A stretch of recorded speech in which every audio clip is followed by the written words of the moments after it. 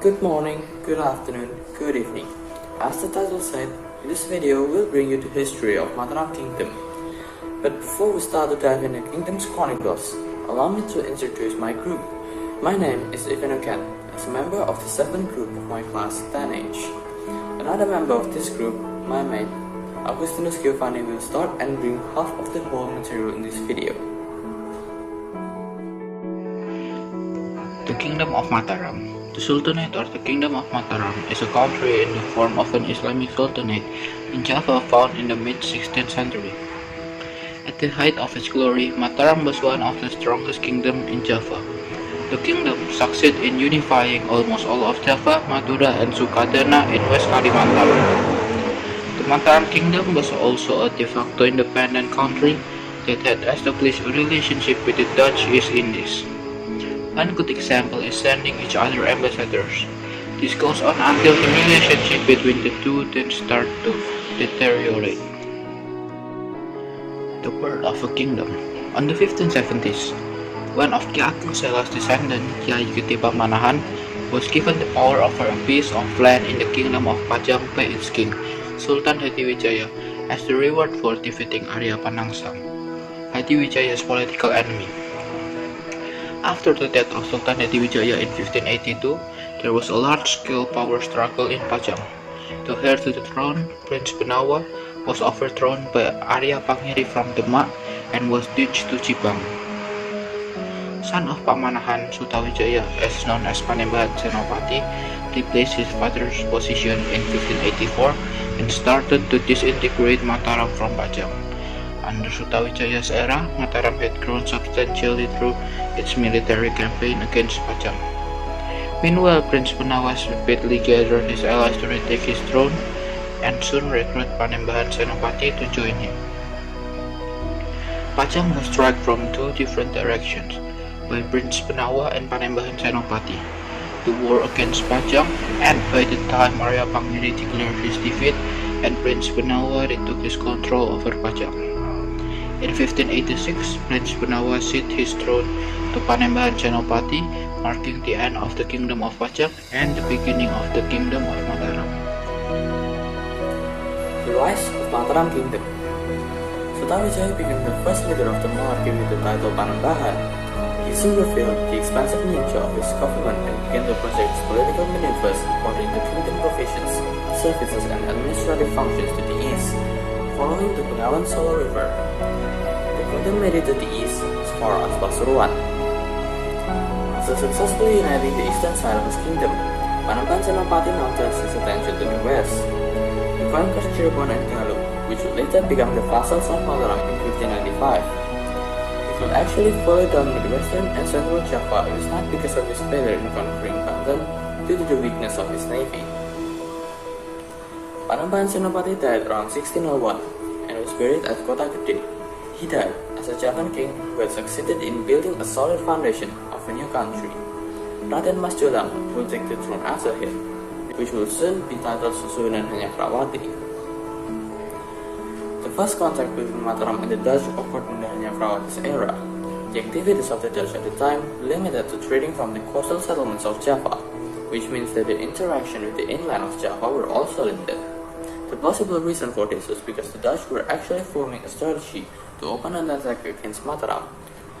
Unexpectedly, Panembahan Hanyakrawati died in 1613 because of an accident while hunting in the Krabak forest. Hanyakrawati was succeeded by his son, Adipati Martapura, but due to his poor health, he was quickly replaced by his brother, Raden Mas Rangsang in 1613, who holds the title Susuhunan Hanyakrawati, which would later become Sultan Agung in 1641. The Kingdom of Mataram under Hanyakrawati was remembered as the pinnacle of Mataram rule and the golden age of native Javanese rule before European imperialism in the following century. It was also during this period where the adaptation of religion and culture began. Despite being an Islamic kingdom, Mataram never adopted Islamic culture, systems, and institutions as a whole. Its political system is rooted in the original Javanese civilization combined with Islamic elements. The Kingdom of Mataram was a symbol of the establishment of the socio-political powers of Islam in Java, which became a transition period From the Hindu-Buddhist to the Kacauan period, Mataram was recognized as being able to propagate Islam culturally, which was marked by major changes during Sultan Agung's era in adapting religion to local culture. In 1628, Sultan Agung ordered an attack on Batavia with the aim of expelling the Dutch East Indies from Java.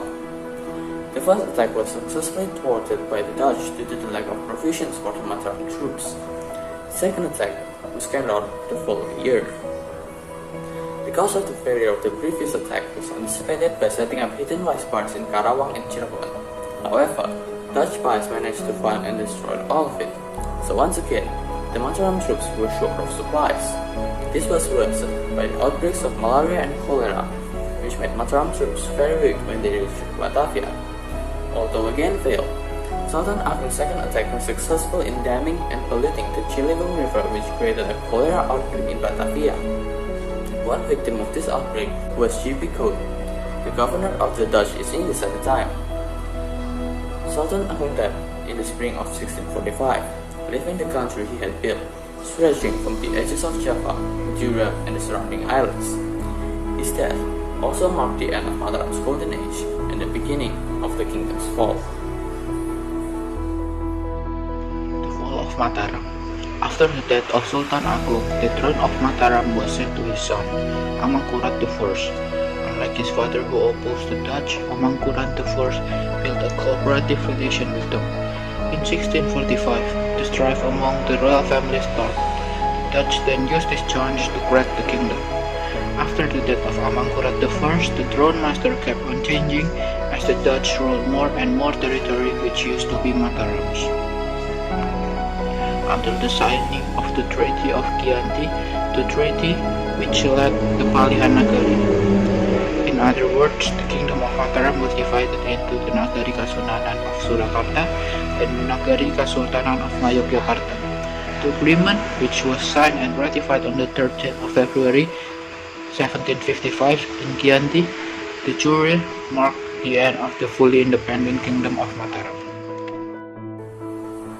As the kingdom has reached its end, we've arrived at the values we can exemplify from Mataram leaders. The first one, never give up.